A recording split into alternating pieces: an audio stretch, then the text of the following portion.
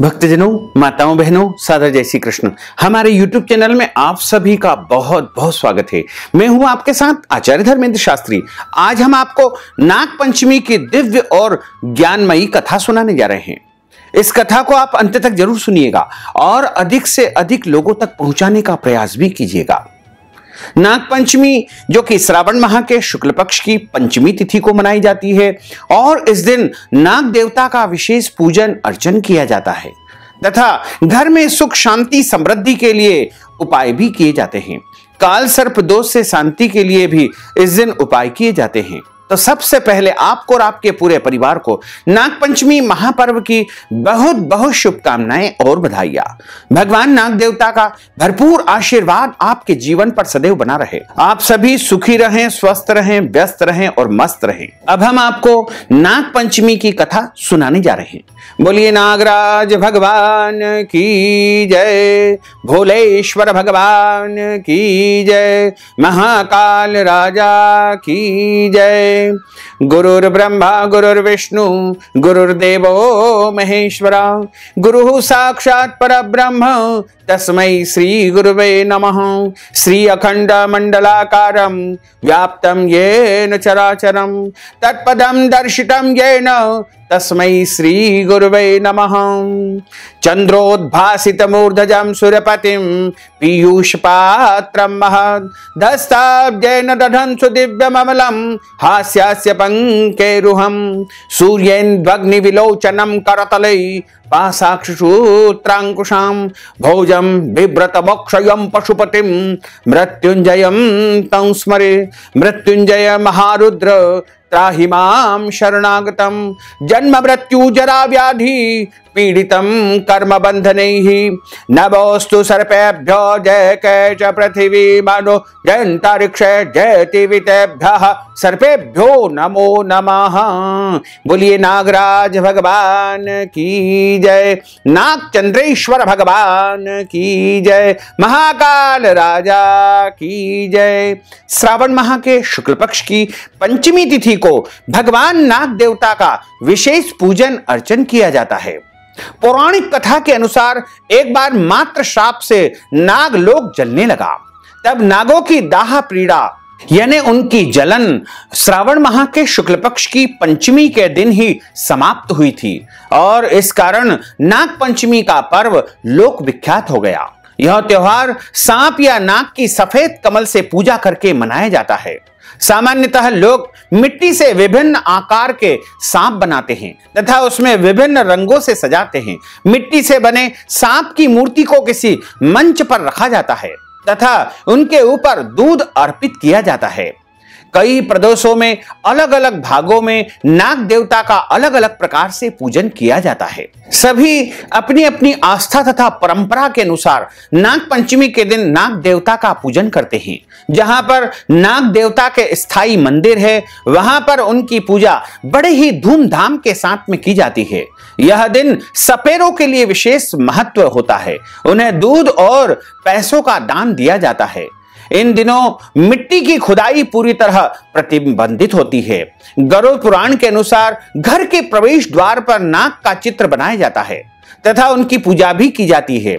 इसे भित्ति चित्र नाग पूजा के नाम से भी जाना जाता है तथा घर की महिलाएं ब्राह्मणों को, साधु संतों को भोजन, लड्डू तथा खीर, चावल, दूध से बनी चीनी से बना एक विशेष खाद्य पदार्थ का दान देती है और यही वस्तुएं सांप को तथा सांप के बिल पर भी अर्पण की जाती है।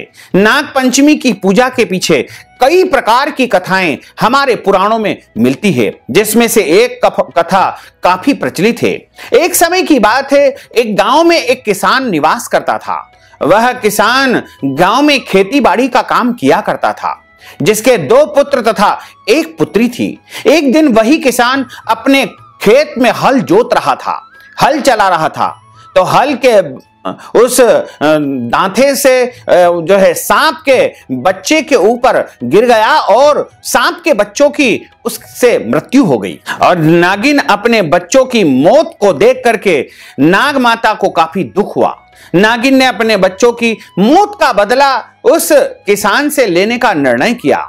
एक रात को जब किसान और उसका परिवार सो रहा था तो नागिन ने उनके घर में प्रवेश किया और उसने किसान तथा उसकी पत्नी और उसके 2 बेटों को डस लिया। इसके परिणाम स्वरूप उसके घर में सभी की मृत्यु हो गई। लेकिन किसान की एक जो बेटी थी उसको कन्या मान करके उस नागिन ने नहीं डसा, जिससे किसान की वह बेटी जिंदा बच गई। दूसरे दिन सुबह नागिन फिर से किसान के घर में किसान की बेटी को डसने के इरादे से आई। किसान की पुत्री काफी बुद्धिमान थी। उसने नाग माता को प्रसन्न करने के लिए एक कटोरा दूध भर करके उनके सामने रख दिया तथा हाथ जोड़ करके नाग माता से प्रार्थना की और प्रार्थना की कि नागिन उसके पिता और अपने प्रिय पुत्रों की मौत के लिए उन्हें माफ कर दे। उसने नागिन का स्वागत किया, सत्कार किया और वह दिन नाग पंचमी का था। उस किसान की बेटी के द्वारा जो पूजा तथा सेवा सत्कार किया गया उससे नाग माता अत्यधिक प्रसन्न हुई और उस नाग माता ने उसकी प्रार्थना को स्वीकार कर लिया तथा उसके माता पिता को क्षमा दे दी। नाग माता इससे काफी प्रसन्न हुई। उसने किसान, उसकी पत्नी और उसके दोनों पुत्रों को जिसने उसने रात को काटा था उनको जीवन दान दे दिया। इसके अलावा नाग माता ने इस वचन के साथ में यह आशीर्वाद भी दिया कि श्रावण माह के शुक्ल पक्ष की पंचमी तिथि को जो माताएं बहनें भक्तजन नाग देवता का पूजन अर्चन करेगी उसकी 7 पीढ़ियां सुरक्षित रहेगी। यानी उसकी 7 पीढ़ी में कभी भी नाग के काटने से किसी की भी मृत्यु नहीं होगी और प्रत्येक प्रकार के संकट और कष्टों से उसकी परिवार की और स्वयं की रक्षा करेगी। इस प्रकार नाग माता वचन देकर के वहां से चली गई। क्योंकि वह दिन नाग पंचमी का था, तभी से नाग पूजन की परंपरा प्रतिवर्ष श्रावण माह के शुक्ल पक्ष की पंचमी तिथि से प्रारंभ हो गई और इस दिन नाग देवता की विशेष पूजन अर्चन की जाती है तथा नाग गायत्री मंत्र भी जाप किया जाता है। ओम नवकुलाय विद्महे विषदंताय धीमहि तन्नो सर्पः प्रचोदयात्। इस प्रकार नाग गायत्री मंत्र का जाप किया जाता है। इस दिन भूमि की खुदाई नहीं करना चाहिए। वहीं नाग पंचमी के दिन पृथ्वी में हल भी नहीं चलाया जाता है। कहा जाता है कि इस दिन सुई में धागा भी नहीं डालना चाहिए, इसे अशुभ माना जाता है। वहीं इस दिन आग पर तवा और लोहे की कढ़ाई चढ़ाना भी उचित नहीं होता है। यानी लोहे की कढ़ाई में या तवे में भोजन निर्माण नहीं किया जाता है। नाग पंचमी की एक और कथा जो हमारे पुराणों में प्राप्त होती है। एक राजा था, उसके 7 पुत्र थे। उन सबका विवाह संपन्न हो चुका था। उनमें से 6 पुत्रों के संतान भी हो चुकी थी। सबसे छोटे पुत्र के यहाँ अब तक कोई संतान नहीं हुई थी। जिठानियां बांझ कहकर बहुत ताने देती थी। एक तो संतान न होने का दुख और उस पर सास, ननन, जिठानी आदि के ताने उसको निरंतर परेशान किया करते थे। इससे वह बेचारी बहुत दुखी रहा करती थी। व्याकुल होकर वह बेचारी रोने लगती थी। उसका पति समझाता कि संतान होना या न होना भाग्य के अधीन है, फिर तू क्यों दुखी होती है। वह कहते, सुनते हो सब लोग बांझ बांझ कह करके मेरी नाक में दम कर दिया है। पति बोला, दुनिया बकती है, बकने दे, मैं तो कुछ नहीं कहता हूं, तू मेरी ओर ध्यान दे और दुख को छोड़ करके खुशी रह, प्रसन्न रह। पति की बात को सुन करके उसे कुछ सांत्वना मिलती, परंतु फिर जब कोई उसे ताने देता तो रोने लगती। इस प्रकार एक दिन नाग पंचमी का त्योहार आया। चौथ की रात को उसे स्वप्न में 5 नाग दिखाई दिए। उसने में से एक ने कहा कि अरे पुत्री, कल नाग पंचमी है, तू अगर हमारा पूजन करेगी तो तुझे पुत्र रत्न की प्राप्ति हो जाएगी। यह सुनकर के वह उठ करके बैठ गई और पति को जगाकर स्वप्न का हाल सुनाया। पति ने कहा, यह कौन सी बड़ी बात है, 5 नाग अगर दिखाई दिए तो 5 की आकृति बना करके उनका पूजन तुमको करना चाहिए। नाग लोग ठंडा भोजन करते हैं, इसलिए उन्हें कच्चे दूध से प्रसन्न करना। दूसरे दिन उसने ठीक वैसा ही किया। नागों की पूजन से उसे 9 मास के बाद सुंदर पुत्र की प्राप्ति हो गई और उसके घर में बड़े धूमधाम के साथ में उत्सव मनाया गया और सभी जो है फिर उसको ताने देना बंद कर देते हैं। इस प्रकार वह सुखी जीवन व्यतीत करती है और इस लोक में नाग देवता की कृपा से उसे अपार सुख की प्राप्ति होती है। पुराणों में लिखा हुआ है कि श्रावण माह के शुक्ल पक्ष की पंचमी तिथि को समस्त नाग ब्रह्मा जी से मिलने गए थे और उनको श्रापों से मुक्ति मिली थी, इसलिए नाग पंचमी का त्योहार मनाया जाता है और नागों की पूजा विशेष रूप से की जाती है। वाराह पुराण के अनुसार इसी दिन सृष्टि के रचिता ब्रह्मा जी ने अपनी कृपा से शेष नाग को अलंकृत किया था और लोगों ने पृथ्वी का भार धारण करने की सेवा लेने पर नाग देवता का विशेष पूजन अर्चन नाग पंचमी को किया था, जो उसी परंपरा से आज भी किया जाता है। श्रावण माह के शुक्ल पक्ष की पंचमी को भगवान श्री कृष्ण ने कालियादेह नाग को नथा था, क्योंकि एक बार जब भगवान का अवतार द्वापर युग में हुआ था, उस समय अपने सखाओं के साथ में, बाल गोपालों के साथ में यमुना जी के तट पर भगवान गोपाल जी गेंद खेल रहे थे। एकाएक खेलते खेलते उनकी गेंद नदी के अंदर गिर गई। जब गेंद नदी में गिर गई तो सभी चिंतातुर होने लगे। जिस सखा की यह गेंद थी वह जोर जोर से रोने लगा कि हे कन्हैया, तुमने हमारी गेंद को जल में डुबो दिया है, यमुना जी में डुबो दिया है, अब हम अपनी माता को क्या जवाब देंगे। इस प्रकार जब वह जोर जोर से रोने लगा तो भगवान ने कहा कि तुम चिंता मत करो, मैं अभी जाकर के तुम्हारी गेंद लाकर के तुम्हें वापस देता हूं। भगवान कृष्ण उसी समय यमुना जी में कूद गए और अंदर उतर गए। जब अंदर पहुंचे तो वहां पर कालियादेह नाग विश्राम कर रहा था तथा नाग पत्नियां उनकी सेवा कर रही थी। उसी समय जब वहां भगवान कृष्ण पहुंचते हैं तो नाग पत्नियां भगवान को देख करके, सुंदर बालक को देख करके कहती है कि तुम यहां से तुरंत चले जाओ, अन्यथा हमारे पतिदेव यदि जाग गए तो तुम्हारी इसी समय मृत्यु हो जाएगी और हमारे पतिदेव का क्रोध बड़ा ही भयानक तथा खतरनाक है, इसलिए तुम हम जो है सुंदर बालक के रूप में हम तुमको देख रही हैं और तुम यहां से तुरंत चले जाओ। इस प्रकार नाग पत्नियां जब भगवान से कहने लगी तो भगवान ने उनकी बातों को नहीं माना और नाग की फन के ऊपर खड़े होकर के नाचने लगे। जब बहुत देर तक नाचने लगे तो नाग की निद्रा टूट गई और नाग जोर जोर से फुंकारने लगा। जब बहुत देर हो गई नाचते नाचते तो कालियादेह नाग भी घबरा गया कि यह कोई दिव्य शक्ति है।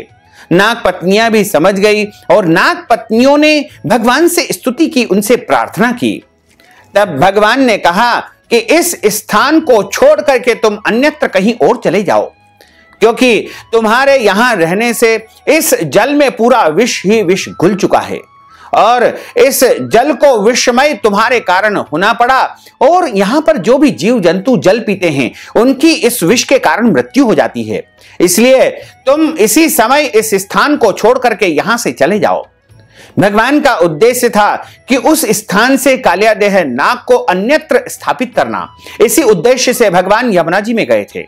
नाग पत्नियों ने भगवान को प्रणाम किया, कालियादेह नाग ने भी भगवान को प्रणाम किया और उसके बाद भगवान कृष्ण अपनी गेंद को लेकर के बाहर निकले। वह दिन नाग पंचमी का था, तो उस दिन सभी लोगों ने, वहां के निवासियों ने बड़े धूमधाम के साथ में नाग पंचमी का त्योहार मनाया गया।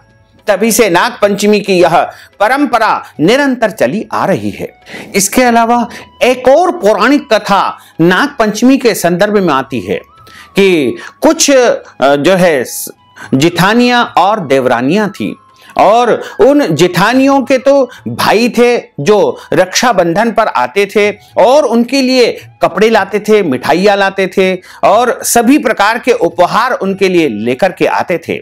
लेकिन जो छोटी देवरानी थी उसके कोई भी भाई नहीं था, तो वह बड़ी चिंतित रहती थी। एक समय की बात है, वो देवरानियां और जेठानियां सभी मिट्टी खोदने के लिए गई और वहां पर नाग की बांबी थी, लेकिन जहां पर मिट्टी खोद रही थी वहां पर एक सांप निवास करता था और जेठानियों ने वहां पर जब खोदा तो वो नाग को कष्ट होने लगा, लेकिन जो देवरानी थी उसने नाग की सुरक्षा की, रक्षा की। उसके बाद उस नाग ने वचन दिया कि तुमने मेरी रक्षा की है, इसलिए मैं आज से तुमको अपनी बहन मानता हूं, कभी भी जीवन में कोई कष्ट नहीं होगा। तब उसने कहा कि यदि तुम मुझे बहन मानते हो तो मेरी सदैव रक्षा करना और रक्षाबंधन के त्योहार पर और अन्य त्योहारों पर आकर के मुझसे राखी बंधवाना। इस प्रकार उसने वचन ले लिया और वह नाग जो है पुरुष बन करके उनके घर में आता है। तब वह अपनी सास से कहती है कि मेरा भाई आया है और बहुत सारी मिठाई उपहार आदि लेकर के आया है। तब उसकी सास ने कहा कि अभी तक तुम्हारे भाई को हमने कभी नहीं देखा है, अचानक तुम्हारा भाई कहां से आ गया है? बोले यह मेरा भाई है और कहीं दूर चला गया था, इस कारण से अभी तक नहीं आ पाता था और अब यह पुनः लौट करके आ चुका है, इसलिए अब यह निरंतर मेरे लिए उपहार और मिठाई लेकर के आया करेगा। तब वह निरंतर उपहार मिठाई लेकर के आया करता था। अब एक दिन की बात है कि उसने कहा कि बहना तुम मेरे साथ अपने मायके चलो। तब सास से आज्ञा लेकर के वह छोटी बहू उस नाग भाई के साथ में नागलोक चली जाती है। नागलोक में नाग माता कहती है कि तुम किसको लेकर के आए हो? तब वह नाग कहता है कि माता मैं अपनी इस बहन को अपने घर लेकर आया हूं। बहन तुम नागलोक में अच्छी प्रकार से रहो और यहाँ का आनंद उठाओ, जब तुम्हारा मन करे तब तुमको वापस तुम्हारे ससुराल में छोड़ करके आ जाऊंगा। नागलोक में बहुत सारे छोटे छोटे नाग के बच्चे भी निवास करते थे और नाग माता उनकी देखभाल करती थी और उनकी पूरी तरह से रक्षा तथा सुरक्षा करती थी। एक दिन उस बहन ने कहा कि माता मैं भी आज जो है आप दूसरे कार्यों को कर ले और इन बालकों की मैं ही सेवा कर देती हूं। तब उसने जो है गरम गरम दूध उनको पिला दिया। इसके कारण कई नाग बच्चे मर गए, उनको कष्ट भी हुआ। इसको देख करके नाग माता बहुत क्रोधित हुई और कुछ दिनों के बाद उसने अपने नाग पुत्र से कहा कि बेटा तुम अपनी बहन को वापस उसके ससुराल छोड़ करके आ जाओ। नाग ने बहुत सारा उपहार, धन, दौलत, वैभव उसको प्रदान किया। उसने क्षमा प्रार्थना की कि हे नाग माता मेरे द्वारा अपराध हो गया है, मेरे द्वारा गलती हो गई है। तो उसके बाद उसने उनसे क्षमा प्रार्थना की और नाग पंचमी के दिन नाग भाई अपनी बहन को लेकर के वापस उसके ससुराल में बहुत सारा धन वैभव लेकर के आ जाते हैं। उसकी सास ने उसका आतिथ्य किया, स्वागत किया, सत्कार किया। इस प्रकार नाग पंचमी के दिन उस बहू ने तथा उसकी सास ने और अन्य सभी परिजनों ने नाग देवता की विशेष पूजा अर्चना की और नाग देवता की पूजा अर्चना करने से घर में सुख आता है, समृद्धि आती है, वैभव आता है, धन दौलत सब कुछ उसे प्राप्त हो जाता है। किसी भी चीज की कोई कमी मनुष्य के जीवन में बिल्कुल नहीं होती है। बोलिए नाग चंद्रेश्वर भगवान की जय, भोलेश्वर भगवान की जय। अच्युतम केशवम राम नारायणम कृष्ण दामोदरम वासुदेवम हरे, श्रीधरम माधवम गोपिका वल्लभम, श्री जानकी नायकम श्री रामचंद्रम भजे, जानकी मनोहरम सर्वलोक नायकम, श्री शंकरादि सेवितम पुण्य नाम कीर्तनम, श्री राम राम राम राम राम नाम तायकम, रामा कृष्ण वासुदेवा भक्ति मुक्तिदायकम, रामा कृष्ण वासुदेवा भक्ति मुक्तिदायकम, रामा कृष्ण वासुदेवा भक्ति मुक्तिदायकम, रामा कृष्ण वासुदेवा भक्ति मुक्तिदायकम। बोलिए नागराज भगवान की जय, नाग चंद्रेश्वर भगवान की जय, महाकाल राजा की जय, काशी विश्वनाथ भगवान की जय, पार्वती माता की जय, गजानंद गणपति भगवान की जय। धर्म की जय हो, अधर्म का नाश हो, प्राणियों में सद्भावना हो, विश्व का कल्याण हो, सनातन धर्म की जय हो, गौ माता की जय हो, नगर बस्ती की जय हो, आज के आनंद की जय हो, कल के आनंद की जय हो, परसों के आनंद की जय हो, बरसों बरसों के आनंद की जय हो। ओम नमः पार्वती पते, हर हर महादेव हर।